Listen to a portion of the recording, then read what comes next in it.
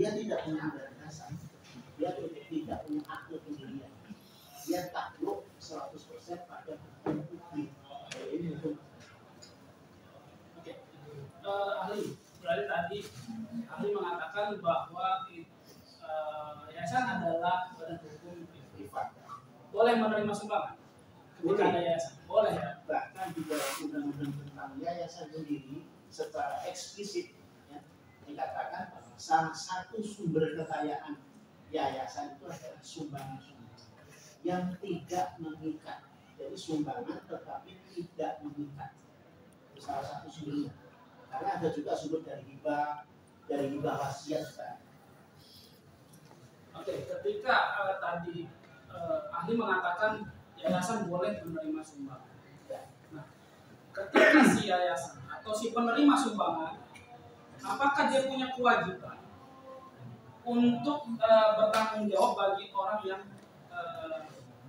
yang si bersumbang? Bahwa saya menyumbang di sebuah yayasan. Apakah si lembaga itu atau yayasan itu, katakan yayasan, dia punya tanggung jawab untuk melaporkan tentang sumbangan itu? Ini berbeda misalnya dengan kayak peristiwa atas yang dia di situ ada para penyumbang.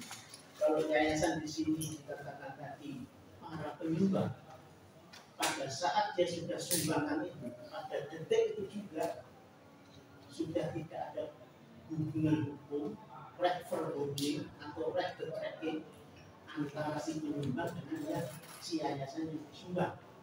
Tidak ada hubungan lagi, sehingga apa konsekuensi hukumnya? Konsekuensi hukumnya adalah si yayasan tidak punya kewajiban, ya, tidak punya kewajiban untuk mempertanggungjawabkan dana yang telah diterima secara sukarela dan tidak mengikat. Karena di dalam undang-undang yayasan tadi secara tegas dikatakan bahwa sumbangan yang tidak mengikat. Jadi siapa saja boleh menyumbang dan setelah menyumbang sudah tidak ada verbinteris, tidak ada hubungan, tidak ada record checking, tidak ada holding, tidak ada. Ahli, saya masuk kepada di dalam undang-undang yayasan tahun 2000 undang-undang yayasan nomor 28 tahun 2004 tentang perubahan undang-undang yayasan nomor 16 tahun 2001. Jadi ada di dalam pasal 53 undang-undang yayasan bahwa di situ dikatakan kurang lebihnya ya, merupakan ketentuan yang mengatur secara formil ya, bagaimana prosedur pemeriksaan terhadap yayasan. Itu di dalam pasal 53 dan 54 itu diatur. Apakah ahli bisa bagaimana secara keilmuan ahli yang menurut ahli tentang pasal tersebut yang ada di dalam undang-undang tentang pasal 53 dan 54.